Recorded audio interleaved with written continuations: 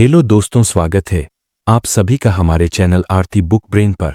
दोस्तों, कल्पना कीजिए, एक छोटी सी बच्ची है, बड़ा सा घर है, लेकिन घर में सन्नाटा है। देश आज़ादी के लिए जल रहा है और उस आग की गर्मी उस बच्ची के बचपन तक पहुंच चुकी है।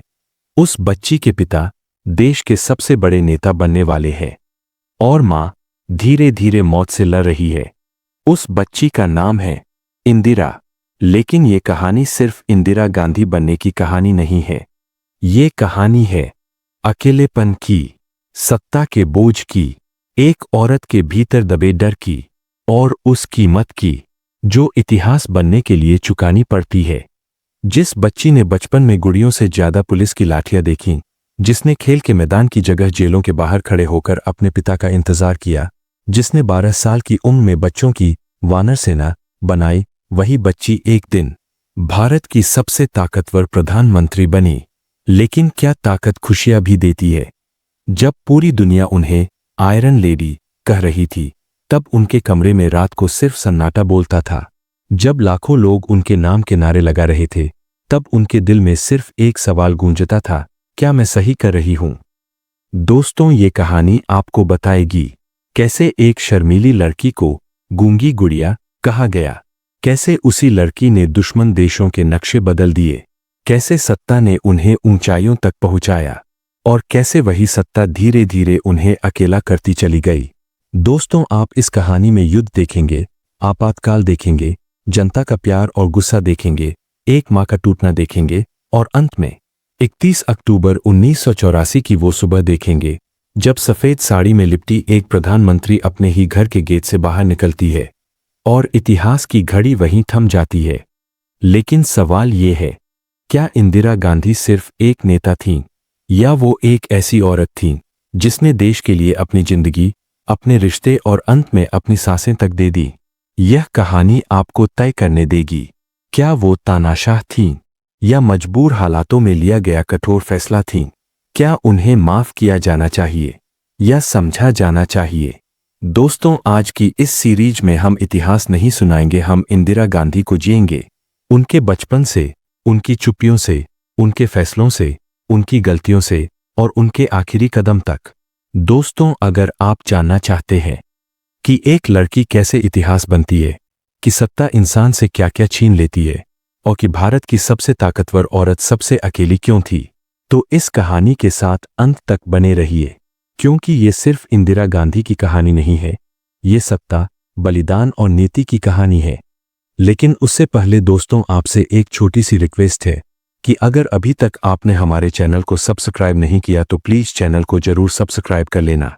और अब कहानी शुरू होती है। इलाहाबाद की सुबह आमतौर पर शांत होती थी, लेकिन आनंद भवन की दीवारों के भीतर शांति कभी स्थायी नहीं रही। यह कोई साधारण घर नहीं था। यह घर आजादी के सपनों, कुर्बानियों, जेल की सलाखों और राजनीतिक चर्चाओं से भरा हुआ था।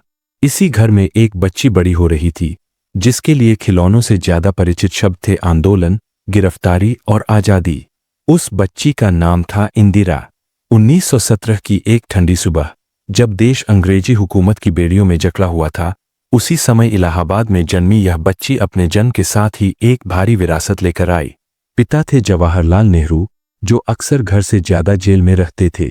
माँ थीं कमला नेहरू, जिनकी आंखों में ममता थी लेकिन शरीर में बीमारी। आनंद भवन बड़ा था, आलीशान था, लेकिन इंदिरा के लिए वह अक्सर सूना रहता था। घर के लंबे गलियारों में उसकी छोटी छोटी पदचाप गूंजती थीं, लेकिन उन्हें सुनने वाला कोई नहीं होता था। पिता देश के लिए लड़ रहे थे, माँ अपनी बीमारी से, और इंदिरा, वह इन दोनों लड़ाइयों के बीच अकेली खड़ी थी। उसका बचपन आम बच्चों जैसा नहीं था। जब दूसरे बच्चे कहानियां सुनते थे, इंदिरा राजनीतिक बहसें सुनती थी। जब दूसरे बच्चों के पिता उन्हें गोद में उठाते थे, उसके पिता जेल की सलाखों के पीछे से पत्र भेजते थे। जवाहरलाल नेहरू के वो पत्र, जिनमें देश की चिंता होती थी, आजादी का सपना होता था और कहीं न कहीं एक बेटी के लिए छुपा हुआ प्रेम भी। लेकिन पत्र पिता की कमी पूरी नहीं कर सकते थे। इंदिरा अक्सर खिड़की से बाहर झांकती थी, सड़क पर जाते हुए बच्चों को खेलते देखती थी। कभी कभी वह भी खेलना चाहती थी, हंसना चाहती थी, लेकिन आनंद भवन का माहौल उसे जल्दी बड़ा बना रहा था। यहाँ हर दिन कोई न कोई नेता आता, कोई गिरफ्तार होता, कोई भाषण देता। यह घर एक राजनीतिक केंद्र था और इंदिरा अनजाने में इसकी सबसे छोटी सदस्य मां कमला नेहरू उसकी दुनिया थीं। लेकिन कमला नेहरू खुद अपनी सेहत से जूझ रही थीं। तपेदिक ने उन्हें अंदर से तोड़ दिया था। कई बार इंदिरा अपनी मां को खांसते हुए देखती, उनके चेहरे पर थकान देखती और चुपचाप उनके पास बैठ जाती। वह सवाल नहीं पूछती थी, क्योंकि उसने सीख लिया था कि इस घर में चुप रहना भी एक आदत है। जब जवाहरलाल नेहरू जेल जाते थे तो इंदिरा उन्हें छोड़ने जाती थी। जेल के फाटक उसके लिए डरावने नहीं थे, क्योंकि उसने उन्हें बहुत छोटी उम्र में देख लिया था। लेकिन हर बार जब फाटक बंद होता, उसके दिल में भी कुछ बंद हो जाता था। धीरे धीरे वह समझने लगी कि उसके पिता किसी एक परिवार के नहीं, पूरे देश के हैं। स्वतंत्रता आंदोलन की आग आनंद भवन में हर समय जलती रहती थी। महात्मा गांधी का आना जाना था। नेताओं की बैठकें होती थीं। इंदिरा चुपचाप एक कोने में बैठकर सब देखती, सब सुनती। वह बोलती कम थी, लेकिन उसकी आंखें बहुत कुछ समझने लगी थीं। यही वह उम्र थी जब इंदिरा ने महसूस किया कि आज़ादी कोई शब्द नहीं, बल्कि एक कीमत है, और इस कीमत को चुकाने वाले अक्सर अकेले हो जाते हैं। जब वह थोड़ी बड़ी हुई तो उसने बच्चों की एक छोटी सी टोली बनाई। इस टोली का नाम था वानर सेना। यह कोई खेल नहीं था। ये बच्चे गुप्त संदेश पहुंचाते थे, पर्चे बांधते थे और अंग्रेजों की नज़र से बचकर काम करते थे। इंदिरा इस सेना की नेता थी, एक छोटी लड़की जो बच्चों को निर्देश देती थी कि कब कहाँ जाना है, क्या कहना है और कैसे भागना है। उस उम्र में जब बच्चे डर जाते हैं, इंदिरा ने डर को दबाना सीख लिया था। उसने देखा था कि डर कैसे उसके पिता को नहीं रोक पाया, उसकी मां को नहीं झुका पाया, तो फिर वह क्यों डरती। आनंद भवन में बिताए ये साल इंदिरा को भीतर से कठोर बना रहे थे। वह ज्यादा हंसती नहीं थी, ज्यादा बोलती नहीं थी, लेकिन वह सब कुछ याद रखती थी। उसने सीखा कि सत्ता क्या होती है बिना उसे छुए। उसने सीखा कि अकेलापन क्या होता है बिना शिकायत किए। और उसने सीखा कि अगर देश के लिए कुछ करना है तो खुद को पीछे रखना पड़ता है। यह वही बच्ची थी जिसे बाद में लोग ठंडी, कठोर और रहस्यमयी कहेंगे, लेकिन कोई यह नहीं समझ पाएगा कि यह सब उसके बचपन की देन था। आनंद भवन ने उसे मां से दूर रहना सिखाया, जेलों ने उसे पिता से दूर रहना सिखाया, और आजादी की लड़ाई ने उसे भावनाओं से दूर रहना सिखाया। यह भाग यहीं खत्म नहीं होता, यह यहीं से असली रूप लेना शुरू करता है, क्योंकि यह सिर्फ एक बच्ची की कहानी नहीं है। यह उस लड़की की कहानी है जिसे बचपन में ही सिखा दिया गया था कि व्यक्तिगत सुख से बड़ा कुछ होता है, और यही सीख आगे चलकर इंदिरा गांधी को गढ़ने वाली थी। इलाहाबाद का आनंद भवन धीरे धीरे इंदिरा के लिए सिर्फ घर नहीं रहा, वह एक ऐसा स्थान बन गया जहां हर दीवार पर आजादी की चर्चा थी और हर कमरे में भविष्य की योजनाएं। लेकिन इस घर के बीचों बीच खड़ी वह लड़की भीतर से अब भी अकेली थी। पिता देश के नेता थे, मां बीमारी से जूझ रही थीं, और इंदिरा इन दोनों के बीच खड़ी चुपचाप बड़ी हो रही थी। कमला नेहरू की तबीयत दिन ब दिन गिरती जा रही थी। डॉक्टरों की आवाजें, दवाइयों की गंध और रात के सन्नाटे में दबे दर्द की कराहें, यही इंदिरा का रोज का संसार बन चुका था। वह मां के पास बैठती, उनके पैरों को सहलाती और बिना कुछ बोले बस उन्हें देखती रहती। कभी कभी कमला नेहरू उसकी ओर देखती और हल्की सी मुस्कान देती। वह मुस्कान इंदिरा के लिए किसी वरदान से कम नहीं होती थी। लेकिन बीमारी इंसान से मुस्कान छीन लेती है, और समय किसी का इंतजार नहीं करता। डॉक्टरों ने सलाह दी कि कमला नेहरू को इलाज के लिए विदेश ले जाना होगा। यही वह क्षण था जब इंदिरा पहली बार भारत से बाहर जाने वाली थी। यात्रा का मतलब उसके लिए घूमना नहीं था, यह एक डर था, एक अनजानी आशंका। यूरोप की ठंडी हवाओं में भी इंदिरा के भीतर भारत की गर्मी धड़क रही थी।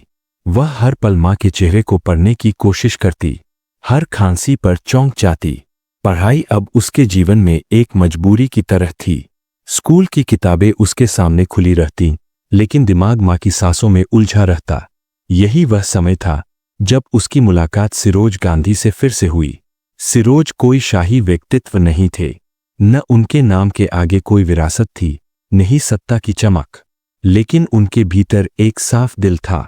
वह इंदिरा को नेहरू की बेटी की तरह नहीं देखते थे। वह उसे बस इंदिरा की तरह देखते थे। और शायद पहली बार किसी ने उससे यही पूछा था, तुम ठीक हो? यह सवाल छोटा था, लेकिन इंदिरा के लिए बहुत बड़ा। धीरे धीरे दोनों के बीच बातें बढ़ने लगीं। बातों से भरोसा बना, भरोसे से अपनापन। लेकिन इंदिरा के भीतर हमेशा एक डर रहता। क्या वह किसी से प्यार करने का हक रखती है? क्या उसकी जिंदगी सिर्फ देश के नाम नहीं लिखी जा चुकी है?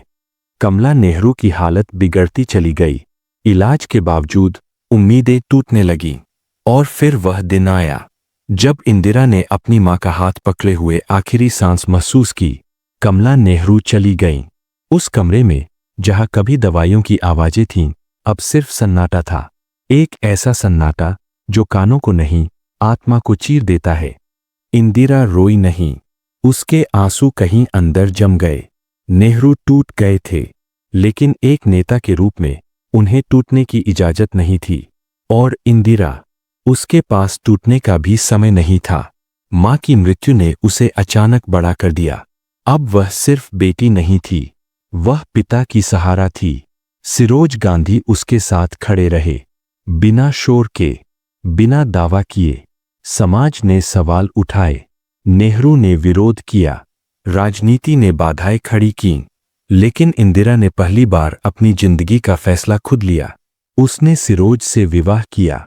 यह शादी दो दिलों की थी, लेकिन इसके चारों ओर सत्ता की परछाइयां थीं।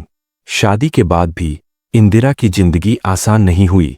वह एक पत्नी बनी, एक मां बनी, लेकिन भीतर से वह अब भी वही लड़की थी जिसने मां को खो दिया था और पिता को देश के साथ बांट दिया था। उसने सीख लिया था कि दर्द को मुस्कान में कैसे छुपाया जाता है, कि अकेलेपन को जिम्मेदारी कैसे बना दिया जाता है। यही वह समय था जब इंदिरा धीरे धीरे समझने लगी कि उसकी जिंदगी व्यक्तिगत नहीं है। यह तैयारी थी एक ऐसे रास्ते की जहां आगे सिर्फ फैसले थे और पीछे लौटने का कोई विकल्प नहीं। यह भाग यही खत्म नहीं होता, यह यहीं से असली रूप लेना शुरू करता है। क्योंकि यह सिर्फ एक लड़की की कहानी नहीं है, यह उस औरत की कहानी है जिसे दर्द ने चुप रहना सिखाया और जिम्मेदारी ने मजबूत बनना। और अब उसके जीवन में वह मोड़ आने वाला था जिसके बाद इंदिरा नेहरू सिर्फ किसी की बेटी नहीं रहने वाली थी, अब वह इतिहास के दरवाजे पर खड़ी थी। नेहरू का निधन उस वर्ष हुआ जब इंदिरा गांधी की दुनिया पूरी तरह बदल गई थी। जिस पिता की कदमकदम पर चलकर उसने बचपन गुजारा था, जिसकी आवाज में सुरक्षा और प्यार का एहसास था, उसी की मौत ने उसके भीतर एक अजीब खालीपन छोड़ दिया। उस समय इंदिरा केवल अपने निजी जीवन की उलझनों से जूझ रही थी, लेकिन अब उसे एक नए और भारी उत्तरदायित्व का सामना करना था। जनता, पार्टी, देश, सबकी उम्मीदें अब उसके ऊपर टिकी थीं। राजनीति में उसका प्रवेश अनचाहा और अनजाना था। उसे पता था कि लोगों की निगाहें केवल उसके पिता के नाम पर थीं और हर कदम पर आलोचना और संदेह उसका स्वागत करेंगे। उसे गूंगी गुड़िया कहा गया क्योंकि लोग मानते थे कि उसने सिर्फ अपने पिता की छाया में काम किया है और उसके पास खुद की कोई राजनीतिक समझ नहीं है। लेकिन इंदिरा के भीतर एक अदृश्य आग जल रही थी, एक आग जो उसे हिम्मत देती थी कि वह अपने पिता की विरासत को केवल संभालने तक सीमित न रहे, बल्कि उसे आगे बढ़ाए। कांग्रेस पार्टी की अंदरूनी राजनीति जटिल और खतरनाक थी। नेताओं की आपसी रंजिशें, सत्ता की लालसा, गुप्त गठजोड़, यह सब इंदिरा के लिए नए अनुभव थे। उसे न केवल अपने फैसलों में सक्षम होना था, बल्कि पार्टी के भीतर की लड़ाई में भी अपनी स्थिति मजबूत करनी थी। शुरुआती दिनों में उसकी नज़ाकत और संयम को कमजोरी समझा गया, लेकिन इंदिरा ने धीरे धीरे यह साबित किया कि उसके पास धैर्य और रणनीति दोनों है। प्रधानमंत्री बनने तक का सफर आसान नहीं था। वह केवल एक महिला नहीं थी, बल्कि एक ऐसी युवा नेता थी जिसे इतिहास ने चुनौती दी थी। उसने दिन रात, महीने और साल काम किया, कभी पीछे मुड़े बिना। उसकी दृष्टि स्पष्ट थी, देश की सेवा करना, जनता की भलाई करना और अपने पिता के सपनों को पूरा करना। यह सफर उसे कठिनाइयों, आलोचनाओं और अकेलेपन के लंबे क्षणों से होकर गुजरना पड़ा। उसने महसूस किया कि नेतृत्व केवल नाम और पद नहीं होता, यह निर्णय लेने की क्षमता, मुश्किल हालात में साहस और कभी कभी व्यक्तिगत इच्छाओं की बलि देने की हिम्मत होती है। जनता के बीच जब वह गई तो उसे महसूस हुआ कि केवल शब्दों और नारेबाजी से काम नहीं चलता, जनता को असली बदलाव चाहिए। उसने महसूस किया कि उसके पिता ने जो नींव रखी थी उस पर अब उसे एक मजबूत इमारत खड़ी करनी थी। गूंगी गुड़िया की छवि धीरे धीरे बदलने लगी। लोग अब उसे केवल नेहरू की बेटी नहीं बल्कि स्वतंत्र सोच वाली नेता के रूप में देखने लगे। यह बदलाव आसान नहीं था। उसे लगातार खुद को साबित करना पड़ा। हर बैठक, हर निर्णय और हर सार्वजनिक भाषण में उसकी आत्मा में जो शक्ति थी वही उसे कठिनाइयों से लड़ने की हिम्मत देती रही। इस समय उसके जीवन में निजी दुख और राजनीतिक दबाव दोनों थे। वह अपने पति, बच्चों और परिवार के लिए भी जिम्मेदार थी, लेकिन देश की जिम्मेदारी ने उसे लगातार चुनौती दी। उसके भीतर यह भावना विकसित हुई कि नेतृत्व केवल सत्ता का खेल नहीं बल्कि एक कठिन मार्ग है जिसमें स्वयं की इच्छाओं और कमजोरियों को नियंत्रित करना पड़ता है। यह समय इंदिरा गांधी के लिए निर्णायक था।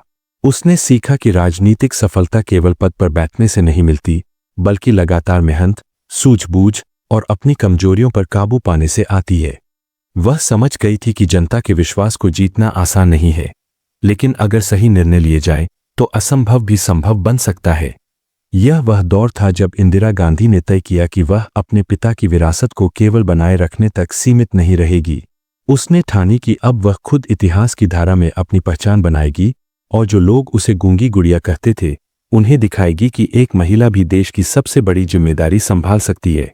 इतिहास ने इस युवा नेता को चुनौती दी थी और इंदिरा ने तय किया कि वह हार मानने वाली नहीं है। यह समय उसके भीतर एक नए आत्मविश्वास और नेतृत्व की भावना को जन्म देने वाला था जो आगे चलकर भारत के इतिहास में अमिट छाप छोड़ने वाला था। इंदिरा गांधी जब प्रधानमंत्री बनी तो उन्हें महसूस हुआ कि सत्ता केवल सम्मान और अधिकार नहीं होती। सत्ता का बोझ इतना भारी होता है कि हर निर्णय आपके जीवन और देश के भविष्य को बदल सकता है। वह जानती थीं कि अब उनके कदम न केवल राजनीतिक आलोचना के लिए देखे जाएंगे बल्कि हर नागरिक की उम्मीदों और सपनों के लिए भी जिम्मेदार होंगे। उनके पहले साल बेहद चुनौतीपूर्ण रहे। देश विभाजन की पीड़ा से उबर रहा था, गरीबी और बेरोजगारी का संकट गहरा था और राजनीतिक प्रतिद्वंद्वियों की नजरें हर कदम पर टिकी थीं। इंदिरा ने समझा कि यदि वह देश को सही दिशा में ले जाना चाहती है तो उसे साहसिक फैसले लेने होंगे, चाहे इसके लिए उन्हें व्यक्तिगत आलोचना और विरोध का सामना क्यों न करना पड़े। 1971 का युद्ध और बांग्लादेश का निर्माण उनकी राजनीतिक क्षमता का पहला बड़ा परीक्षण था। पाकिस्तान के साथ तनाव, शरणार्थियों का संकट और वैश्विक दबाव सभी ने देश के नेतृत्व को चुनौती दी। इंदिरा ने अपने साहस, दूरदर्शिता और रणनीति से यह साबित किया कि एक नेता केवल पद पर बैठने से नहीं बनता बल्कि निर्णय लेने की क्षमता और देश के लिए व्यक्तिगत भावनाओं को पीछे रखने से बनता है। युद्ध के परिणाम ने न केवल भारत की स्थिति को मजबूत किया बल्कि इंदिरा गांधी को अंतर्राष्ट्रीय स्तर पर एक निर्णायक और साहसी नेता के रूप में स्थापित किया। लेकिन सत्ता के इस ऊंचाई पर भी इंदिरा अकेली थीं। उनके पास खुद के लिए समय कम था, परिवार के लिए समय कम था और उनकी जिम्मेदारी लगातार बढ़ती जा रही थी। बेटे संजय गांधी का प्रभाव उनके राजनीतिक और निजी जीवन दोनों पर गहरा था। संजय की महत्वाकांक्षाएं और उनके निर्णय कभी कभी इंदिरा को भावनात्मक और मानसिक तनाव में डालते थे। फिर भी वह अपनी शक्ति और नेतृत्व के दृष्टिकोण को कभी कमजोर नहीं पड़ने देती। गरीबी हटाओ जैसी योजनाओं के तहत इंदिरा ने जनता की समस्याओं को सीधे तौर पर समझने और हल करने का प्रयास किया। उनके इस कदम ने न केवल जनता के बीच उन्हें लोकप्रिय बनाया बल्कि यह भी दिखाया कि उनके निर्णय केवल सत्ता के लिए नहीं बल्कि लोगों की भलाई के लिए है। हर योजना, हर फैसला और हर नीति में उनका ध्यान हमेशा आम जनता की भलाई पर केंद्रित रहा। लेकिन सत्ता की इस यात्रा में अकेलापन भी गहरा होता गया। बहुत से लोग उनके आसपास थे, लेकिन सच्चे मित्र और सलाहकार बहुत कम। हर निर्णय उनके लिए व्यक्तिगत और भावनात्मक रूप से चुनौतीपूर्ण था। उन्हें महसूस हुआ कि एक नेता होने का मतलब केवल शक्ति और सम्मान नहीं बल्कि अक्सर अपने करीबियों से भी दूरी बनाए रखना होता है। संजय गांधी का प्रभाव इस समय उनके जीवन में दोहरी भूमिका निभाता था। एक ओर वह उनके राजनीतिक निर्णयों में मदद करता, नई योजनाओं और कार्यक्रमों में उनकी सोच को विस्तार देता, वहीं दूसरी ओर उसकी महत्वाकांक्षाओं और निर्णयों से इंदिरा को भावनात्मक और मानसिक चुनौती का सामना करना पड़ता। यह रिश्ता कभी कभी प्यार और समर्थन का स्रोत था तो कभी तनाव और चुनौती का कारण। यह समय इंदिरा गांधी के लिए निर्णायक और विकासशील था। उन्होंने सीखा कि सत्ता केवल अधिकार और निर्णय लेने का अवसर नहीं है, बल्कि यह लोगों की उम्मीदों, देश की जिम्मेदारियों और अपने व्यक्तिगत बलिदानों का मिश्रण है।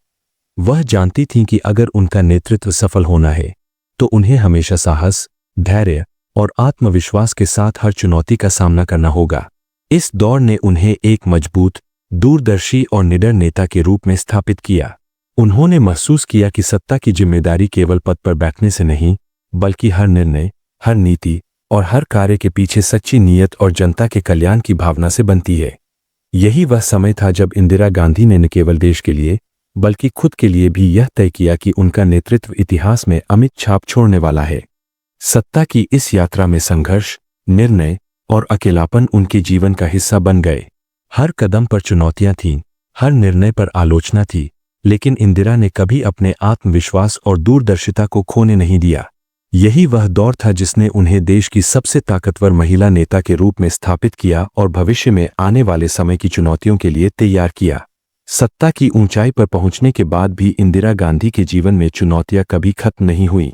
उनके सामने देश की राजनीति की जटिलताओं के साथ साथ व्यक्तिगत संकट भी लगातार आते रहे। एक तरफ जनता की उम्मीदें और देश की जिम्मेदारियां थीं, तो दूसरी ओर परिवार और परिजनों के साथ उनकी जटिल भावनात्मक डोरें। 1975 में लागू किया गया इमरजेंसी उनके जीवन का सबसे विवादास्पद दौर था। सत्ता और नियंत्रण का यह समय जनता के लिए कठोर था, लेकिन इंदिरा के लिए यह अपने निर्णयों की जिम्मेदारी और राजनीतिक मजबूरियों का समय था। हर कदम पर आलोचना, विरोध और दबाव उनके चारों ओर मंडराते थे। जनता और विपक्ष के गुस्से के बीच इंदिरा ने अपनी स्थिति को बनाए रखने और देश को स्थिर रखने के लिए कठोर कदम उठाए। यह समय उनके जीवन का ऐसा दौर था जब उन्हें व्यक्तिगत भावनाओं को पीछे रखते हुए केवल देश के कल्याण और राजनीति की रणनीतियों पर ध्यान देना पड़ा। लेकिन सत्ता की ये चुनौतियां उनके लिए अकेलेपन को और गहरा करती गईं। रातों में जब पूरी दुनिया सो रही होती, इंदिरा अपने विचारों और चिंताओं के साथ होती। उनका मन परिवार, देश और अपने निर्णयों के प्रभावों के बीच झूलता रहता। उनके लिए यह स्पष्ट हो गया था कि नेतृत्व का अर्थ केवल पद और सम्मान नहीं होता। इसका अर्थ है कठिनाइयों को सहना, आलोचना का सामना करना और कभी-कभी अपने निजी सुख और संबंधों को बलि देना। इस समय उनके जीवन में एक और बड़ी चुनौती थी, संजय गांधी की सक्रिय राजनीति और महत्वाकांक्षाएं। संजय का प्रभाव उनके निर्णयों, उनके परिवार और राजनीतिक रणनीतियों पर गहरा था। कभी-कभी यह सहयोग और समर्थन का स्रोत बनता, तो कभी तनाव और चुनौती का कारण। इंदिरा ने सीखा कि एक नेता के रूप में उसे अपने परिवार और देश के बीच संतुलन बनाना पड़ता है, और यह संतुलन बनाए रखना हमेशा आसान नहीं होता। 1980 के दशक में भारत का राजनीतिक परिदृश्य बदल रहा था।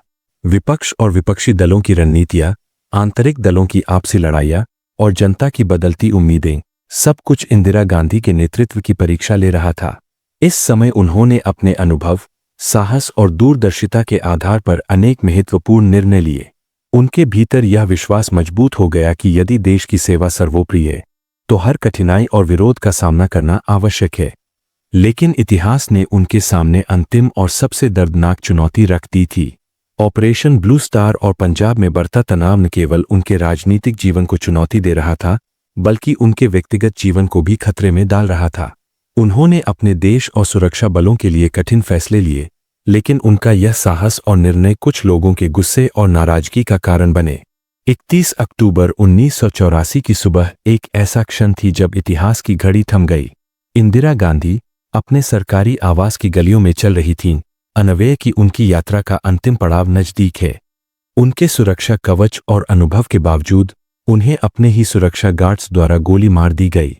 यह क्षण केवल एक महिला नेता की मृत्यु का नहीं था, यह उस शक्ति, साहस और बलिदान की कहानी का अंतिम अध्याय था जिसने देश के इतिहास को हमेशा के लिए बदल दिया। उनकी मृत्यु ने देश और दुनिया को स्तब्ध कर दिया। जनता का गुस्सा, शोक और प्यार, सब कुछ एक साथ उमड़ा। उनके समर्थकों और आलोचकों दोनों के लिए यह क्षण गहरा और जटिल था। एक ओर उनके साहस, निर्णय और देशभक्ति की प्रशंसा हुई, तो दूसरी ओर उनके कुछ फैसलों और राजनीतिक विवादों की तीखी आलोचना भी सामने आई।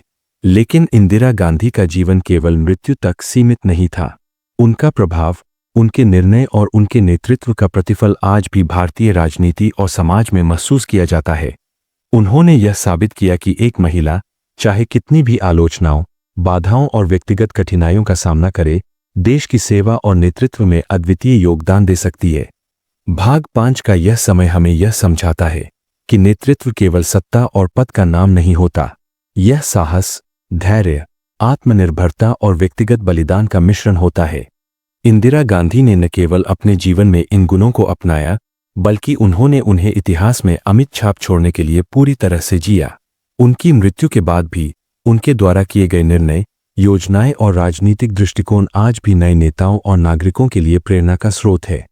उनका जीवन और संघर्ष यह दिखाता है कि यदि आपके भीतर आत्मविश्वास, दूरदर्शिता और जनता के लिए निष्ठा है, तो कोई भी चुनौती आपको रोक नहीं सकती। इंदिरा गांधी केवल एक प्रधानमंत्री नहीं थीं, वह एक प्रतीक थीं, एक महिला की शक्ति, साहस और नेतृत्व का प्रतीक। उनके जीवन की कहानी हमें यह याद दिलाती है कि सत्ता और जिम्मेदारी कभी अकेले नहीं आती, बल्कि उसके साथ साहस, बलिदान और गहरी प्रतिबद्धता भी आती है।